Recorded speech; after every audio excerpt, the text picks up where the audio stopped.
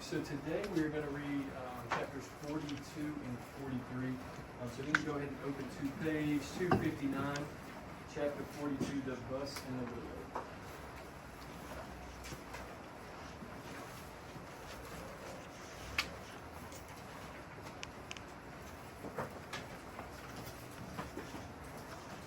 And I want you guys to just read along just like you read. When the man drove off, I crawled beneath the railing and made my way down the hill towards the west. In the east, the sky was smoky gray, and I was glad in the approaching dawn. In the year and a half since the trail was hacked out, the brush had begun to grow back. Wet with dew, straggly branches slapped and scratched at my legs and hid uneven ground, so that several times I tripped, tumbling, and sliding down. The buses lay on its side like an old sick horse, its broken headlights staring out mournfully into the surrounding trees. Most of the huge rubber tires were punctured and grotesquely twisted on their axles. I climbed up onto the bus's side, hoping to make my way down to an open window, but there were two enormous gashes torn into the side, and the jagged metal was peeled back like a sardine tin. Through a smashed window behind the driver's seat, I saw a jumbled mess of twisted seats and chunks of foam rubber. Everything was dusted over with fuzzy green mold. I had imagined that I would drop through a window and walk down the aisle, but there was no space inside to move. I had wanted to scout every inch of the bus, looking for something, anything that might be familiar. By now the sky was pale pink, and it was easier to find the uphill trail, but harder going as it was a steep incline. By the time I reached the top, I was muddy and scratched from head to toe. It wasn't until I had crawled beneath the railing that I noticed the car parked behind Gramps' red Chevrolet. It was the sheriff. He was talking on his radio when he saw me, and he motioned for his deputy to get out. The deputy said, "We were just about to come down there after you. We saw you up on top of the bus. You kids ought to know better. What were you doing down there at this time of day anyway?" Before I could answer, the sheriff climbed out of his car. He settled his hat on his head and shifted his holster. "Where are the others?" he asked. He said, "There aren't any others," I said. "Who brought you up here?" "I brought myself." "Whose car is this?" "My grandfather's." "And where is he?"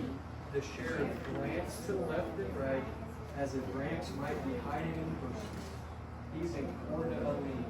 The sheriff said, "Pardon?" So I told him about Graham and about how Gramps had to stay with her and about how I had driven from Coeur d'Alene very carefully. The sheriff said, "Now let me get this straight." And he repeated everything I said, ending with, "And you're telling me that you drove from Coeur d'Alene to this spot on this hill all by yourself?" "Very carefully," I said. "My Gramps taught me how to drive, and he taught me to drive very carefully." The sheriff said to the deputy, "I am afraid to ask this young lady exactly how old she is. Why don't you ask her?" The deputy said, "How old are you?" I told him. The sheriff gave me a stern look and said, "I don't suppose you would mind telling me exactly was so all fired up important that you couldn't wait for someone with a legitimate driver's license to bring you to the fair city of Lewiston." And so I told him all the rest. When I had finished, he returned to his car and talked into his radio some more. Then he told me to get in his car, and he told the deputy to follow in Gramps' car. I thought the sheriff was probably going to put me in jail, and it wasn't the thought of jail that bothered me so much. It was knowing that I was this close and might not be able to do what I had come to do. And it was knowing that I needed to get back to Graham. He did not take me to jail, however. He drove me across the bridge into Lewiston and on through the city and up a hill. He drove into Longwood, stopped at the caretaker's house, and went inside.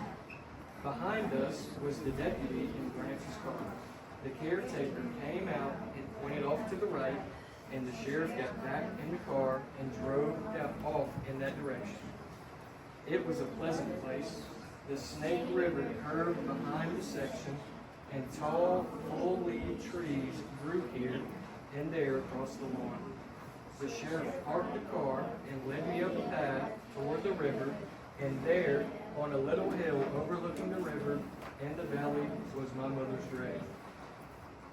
So remember, in that question we answered yesterday, some of y'all said, "Mom, Sal's mom was a survivor, was she?"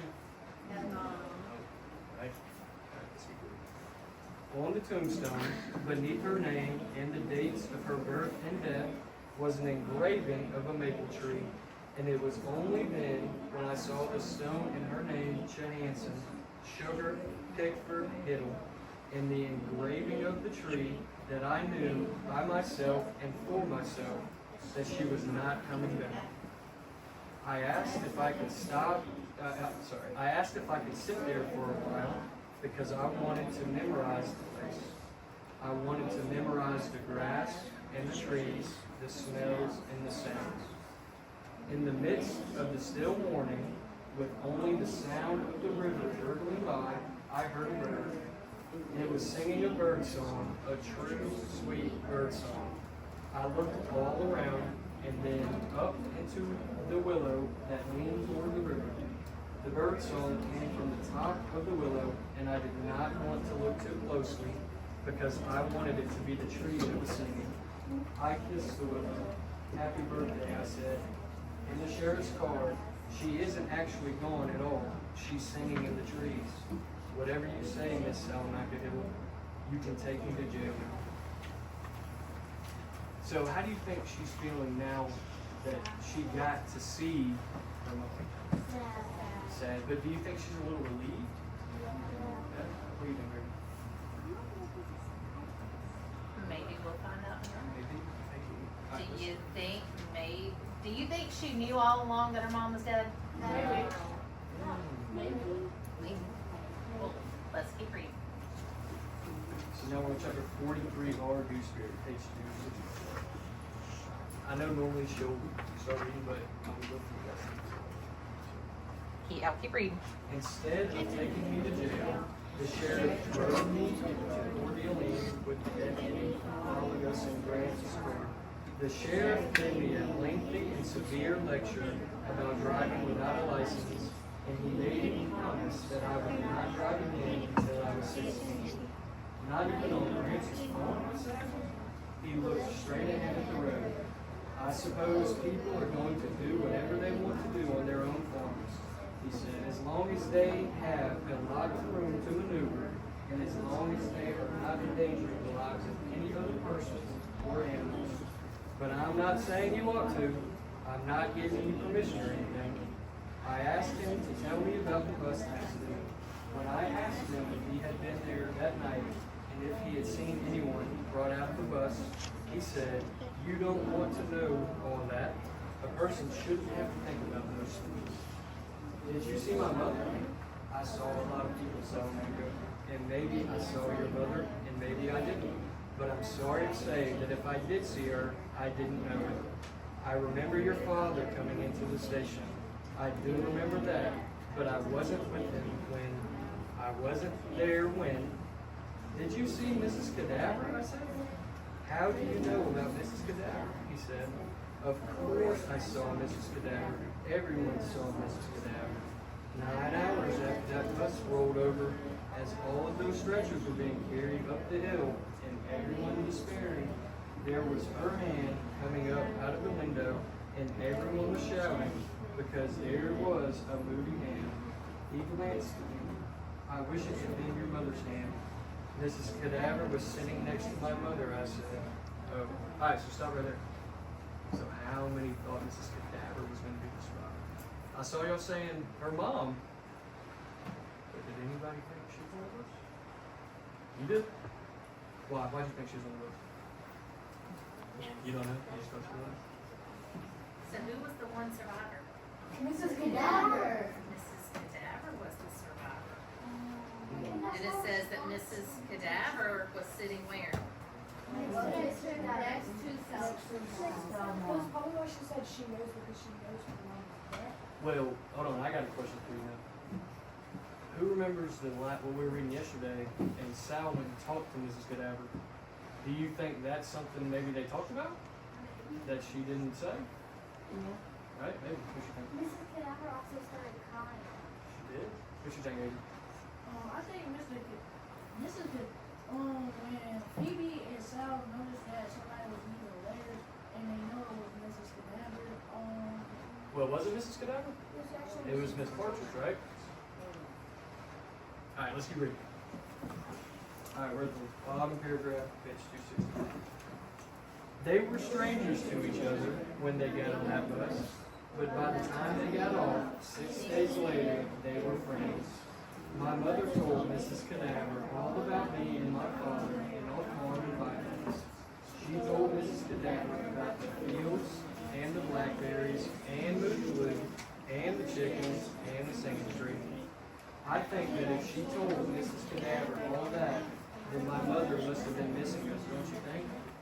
I'm sure of it, the sheriff said. And how do you know all this? So I explained to him how Mrs. Cadaver had told me all this on the day Phoebe's mother returned. Mrs. Cadaver told me about how my father visited her in the hospital in Lewiston after he had buried my mother. He came to see the only survivor from the bus crash, and when he learned that Mrs. Cadaver had been sitting next to my mother, they started talking about her. They talked for 6 hours. Mrs. Cadaver told me about her and my father writing to each other, and about how my father needed to get away from Vivex for a while. I asked Mrs. Cadaver why my father hadn't told me how he had met her, and she said he hadn't tried, but I didn't want to hear it, and he didn't want to upset me. He thought I might dislike Margaret because she had survived and my mother had not. Do you love him? I had asked Miss Cadaver. Are you going to marry him? Goodness, she said. It's a little early for that. He's holding on to me because I was with your mother and he held her hand in her last moments. Your father isn't ready to love anyone else yet. Your mother was one of a kind. That's true, she was.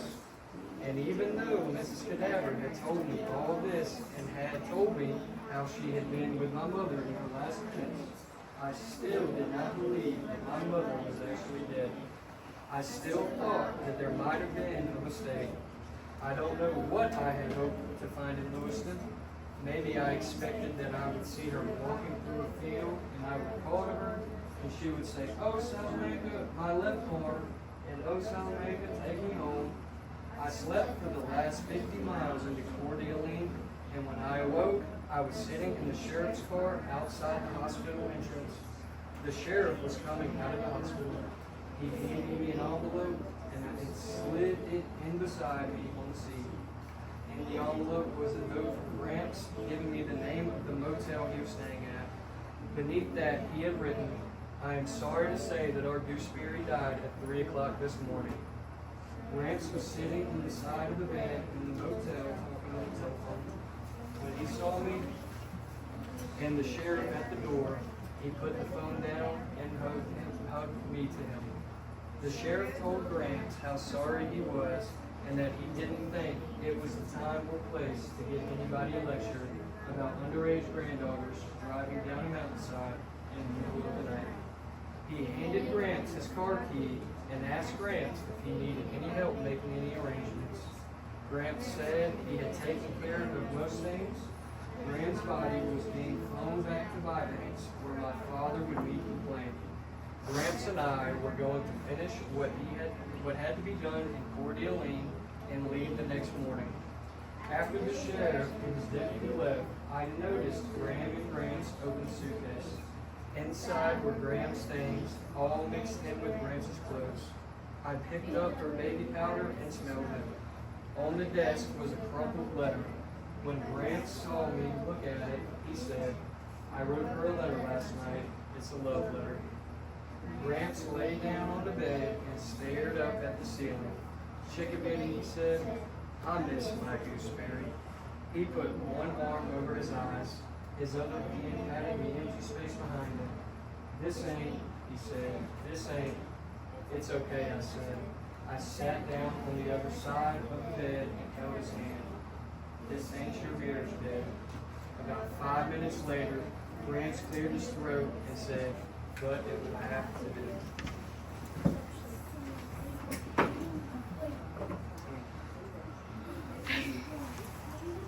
All right, so this is the one that we answered yesterday. And so who was the one person that survived? Mrs. Cadaver. Go the other way. Alright. This one? Oh, okay. I'll do it. Okay, well, sorry I missed this, but analyze how being in the same places her mother once visited affected Sal. How do the setting and memories reveal her feelings and help us to understand her character and the plot? Does anybody have any thoughts on what we just read? Which can I read?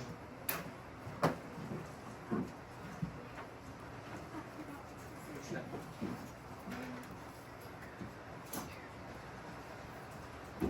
How did she feel when she got their mother's first name? Sad, right? How did she feel when she was on the bus, looking at the bus at her mother? Maybe. She was upset, but she was kind of surprised when Mrs. Cadaver was the one who survived. Yeah. Right?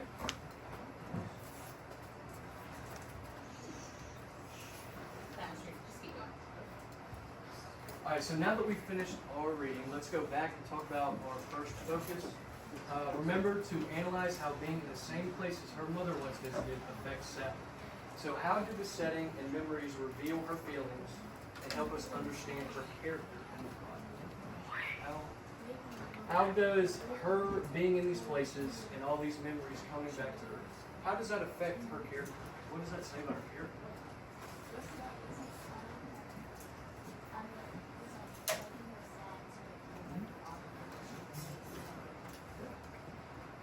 It's not making her sad about since Granddad died also, Yeah. and Mom died. Sure. And she had been sad ever since after she remembered her last events and everything. Yeah.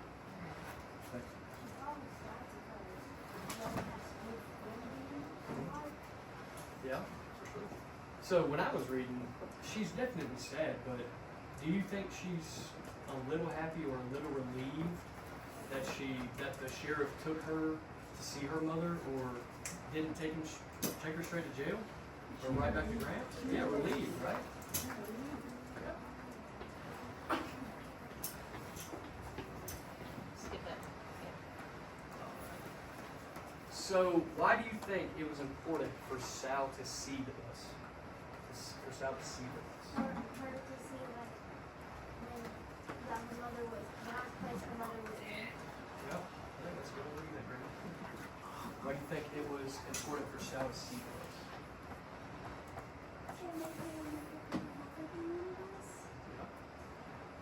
So why do you think the sheriff takes Sal to the grave instead of what you think? Because he already knew that she was like he wanted her to see. Think so? You probably remember one time? What you think? Because he probably knew who she was talking about, so she wanted to go with her. Well, remember in the book he said he didn't know if he saw her mother or not. So, what you think? Because he wanted to South School because he wanted to see Sal with her mother for like the last few months. All right. So this one. Why is Mrs. Cadaver important to Sal's father? Because remember, Sal was not a fan of her, right? But now we've got all these other things. So why is she so important to her father?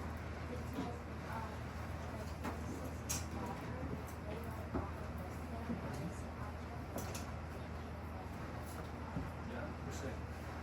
Yeah.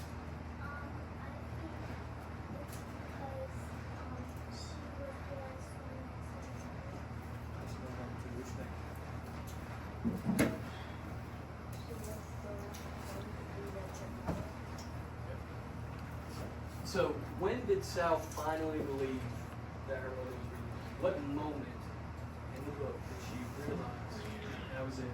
When she saw the bus crash. Okay. Alright. What's another one that like She saw her grave. she saw her? Okay. Because think about it, she says she knew it. What were the words? When she saw her mom's grave, she finally knew That was for herself. Trying to remember what the right words were.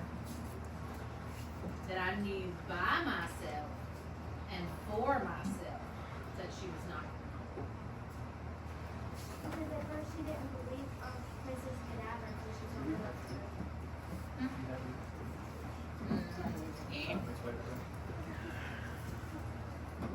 Alright, so this is going in your journals. So Grant is very sad about his gooseberry. Do you think that he regrets having gone on the trip, and why? Write that in your journals. Why do you think that he regrets having gone on the trip, and why? Think back in the story. Why do you think he regrets going on the trip? Grant regrets. And if he does, or if he does, what is it?